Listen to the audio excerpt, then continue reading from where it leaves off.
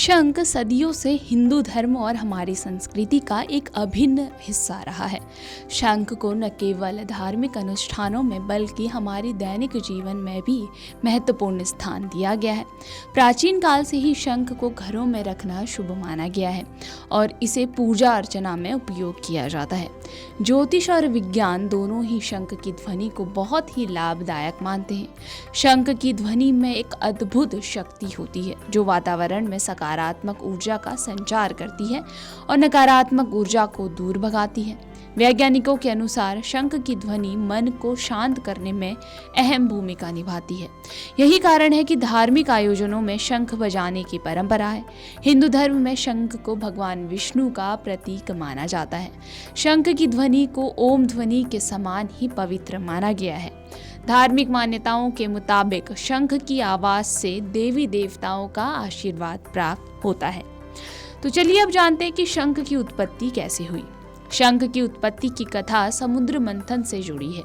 जब देवताओं और दानवों ने मिलकर समुद्र मंथन किया तो तब उस दौरान 14 रत्न समुद्र से निकले, जिसमें से एक था शंख। इन रत्नों में से एक शंख पांचजन्य नामक विशेष रूप से प्रसिद्ध हुआ। इसकी अद्भुत ध्वनि और गुणों से प्रभावित होकर भगवान विष्णु ने इसे धारण कर लिया।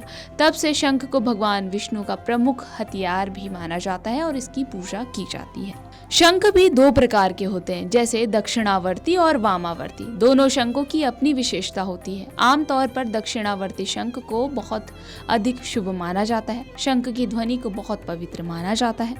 ये नकारात्मक ऊर्जा को दूर भगाती है और वातावरण को शुद्ध करती है। शंख का उपयोग पूजा पाठ, यज्ञ और अन्य धार्मिक अनुष्ठानों में किया जाता है।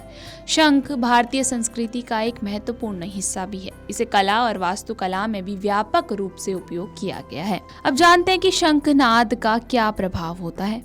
अथर्ववेद और रणवीर भक्ति रत्नाकर जैसे ग्रंथों में शंखनाद के महत्व को विस्तार से बताया गया है। इन ग्रंथों के अनुसार शंख की ध्वनि न केवल एक ध्वनि है बल्कि एक शक्तिशाली उपकरण है जो हमारे जीवन को प्रभावित कर सकता है। अथर्ववेद के अनुसार शंख की ध्वनि एक ऐसी शक्ति होती है जो हमारे आसपास की नकारात्मक ऊर्जा और अशांति को दूर करती है। ये हमें बाधाओं और परेशानी से बचाने में भी मदद करती है। रणवीर भक्ति रत्नाकर में कहा गया है कि ध्वनि से बड़ा कोई मंत्र नहीं। शंखनाद एक ऐसा ही मंत्र है जो हमारे मन और शरीर को शांत करता है। हालांकि शंखनाद को सही तरीके से करना बहुत जरूरी है। अगर हम शंख को गलत तरीके से बजाते हैं तो ये हानिकारक भी हो सकता है। इसलिए शंख को हमेशा विधि पूर्वक ही बजाना चाहिए।